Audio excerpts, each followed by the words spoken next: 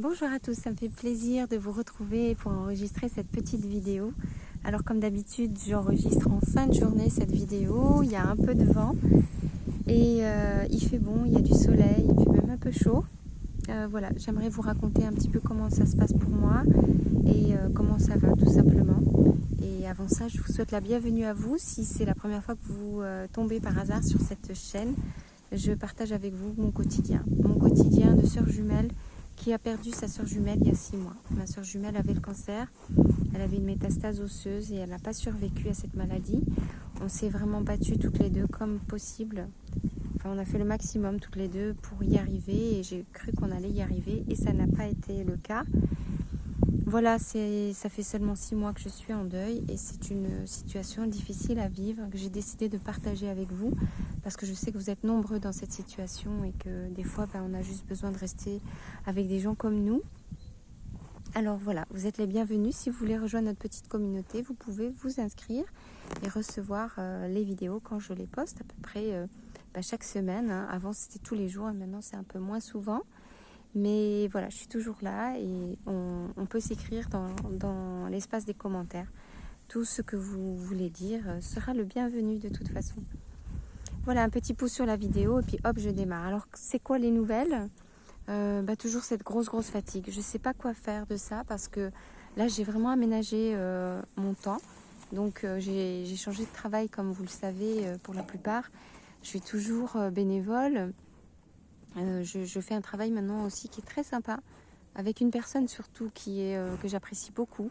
Ça me change beaucoup. C'est très agréable de travailler avec quelqu'un qui est assez mature, qui est posé, qui est calme, qui donne des instructions en fait et qui est clair.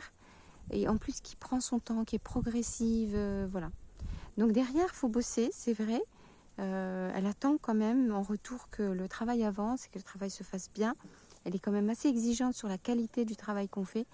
Et en fait, on n'a que des choses agréables à apprendre d'une personne comme ça. Donc ça me fait vraiment plaisir. Je voulais vous le dire parce qu'il y a un certain nombre d'entre vous qui me suivez et vous savez que je suis passée par des hauts et des bas assez vertigineux. Donc quand ça se passe bien, j'ai envie de le dire. Voilà, ça se passe bien. Par contre, c'est moi qui ne vais pas bien. Je ne vais pas bien, probablement, c'est vrai, c'est un contre-coup de la déception parce que j'ai quitté le travail que j'aimais bien. J'étais très heureuse de faire du jardin en permaculture, du maraîchage. Et c'est quelque chose que je ne peux pas faire en ce moment. Ne plus être dehors, ne plus être au contact des plantes, ne plus être au contact de l'eau, de la nature. Ça, c'est très difficile pour moi.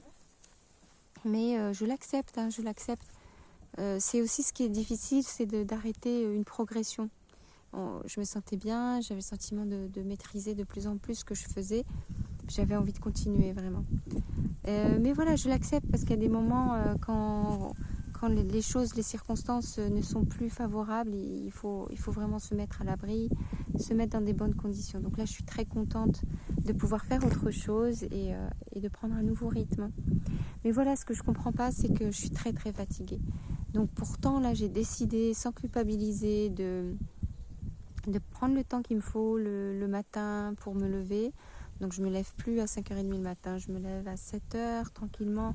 Je prends le temps de lire, ça c'est quelque chose que j'aime beaucoup faire. Donc ici j'ai des lectures, vous savez, des lectures un peu qu'on appelle des lectures spirituelles. Ce sont des écritures qui sont commentées par des sages. C'est très inspirant, c'est très agréable à lire.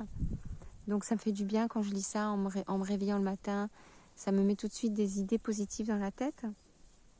Et puis ensuite, plutôt que de faire la classe de yoga avec les asanas, les postures de yoga, parce qu'en ce moment je ne sais pas ce que j'ai, j'arrive plus à y aller, je me sens trop fatiguée, et je vais simplement marcher. Je prends vraiment ce temps-là pour marcher dans la nature que vous voyez autour de moi. Je fais une balade, disons, je sais pas, à peu près 1 heure, 3/4 d'heure, où je suis dehors. Et là, quand même, j'arrive à compenser le manque que j'ai d'avoir quitté le jardin. Donc, je suis en extérieur, donc j'entends les oiseaux, je respire, je prends la lumière du soleil. Vraiment, je suis à l'extérieur, quoi. Et je me recharge, en fait, dans ce moment-là. C'est très important pour moi. Donc, je suis très contente et donc je démarre une journée comme ça, plutôt de façon positive. Mais il n'en reste pas moins que très vite dans ma journée, je me décharge. Je continue de me décharger, je continue d'être fatiguée, j'arrive pas à comprendre pourquoi à chaque fois. Et voilà, c'est assez décourageant. C'est assez décourageant parce que j'ai envie de remonter, j'ai envie d'être... maintenant que je me sens bien au niveau relationnel, j'ai envie de faire le reste. Bon, je dois vous dire quand même que tout n'est pas rose non plus. Évidemment, je continue quand même à voir de loin certaines personnes qui m'ont fait souffrir ces derniers temps. Donc, ça me fait pas plaisir quand je les croise. C'est sûr que ça... Je me demande même franchement si j'ai pas été quand même un petit peu traumatisée par ce qui s'est passé. On va pas en reparler là maintenant, mais j'ai du mal à trouver la paix. Mais en même temps, peut-être que je me détends là maintenant. Je me détends, je me sens bien. Je me sens juste très très fatiguée. Et voilà. Et puis c'est vrai que je suis passée par un passage d'insomnie, un passage aussi où j'ai de nouveau énormément pleuré ma soeur jumelle. Alors il y a une d'entre vous là qui me suit depuis le début, que j'aime beaucoup, qui me dit qu'elle aussi, elle est dans un nouveau creux de la vague. Elle est de nouveau en train de pleurer son amie, et c'est vrai que ça me fend le cœur de savoir ça. Et on n'a pas le choix, on sait qu'on vit ça tous, tout autant qu'on est, on vit ces moments de détresse. On a beau savoir qu'ils vont bien, nos chers défunts, ils sont, voilà. Et si c'est pas le cas, encore une fois, c'est vrai que c'est important de penser à eux positivement et puis de leur apporter cette lumière pour qu'ils sachent, qu'ils nous entendent en fait, qu'on pense à eux et qu'on leur demande d'aller vers la lumière, qu'on leur demande d'accepter de quitter en fait la terre, hein, même si eux ils ont quitté leur corps charnel, mais ils peuvent encore traîner, on va dire, un petit peu sur place, les encourager à continuer la route. Donc voilà, mais c'est pas simple tout ça, hein. Voilà, c'est un peu ce que j'avais envie de partager avec vous pour rester en contact et puis et vous dire que ça me fait toujours autant de bien de vous lire et de recevoir autant de gentillesse et aussi des astuces, des idées, que même si certains d'entre vous me mettez des messages qui ne sont pas forcément ceux à quoi je penserais moi, ce sont des choses auxquelles je ne pense pas forcément, mais je vous remercie de le faire parce que c'est important d'avoir des sons de cloche différents, c'est comme ça qu'on avance.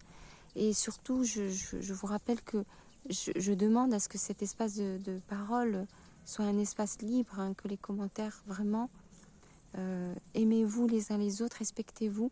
On est tous réunis là à cause de la douleur. Il n'y a pas de hiérarchie dans la douleur. Bien sûr que certaines d'entre vous, on est sur la même façon d'être, hein. C'est évident qu'on se reconnaît, on est plus proche en termes de façon de penser. Et peut-être aussi que certains d'entre nous, on a des expériences très très similaires.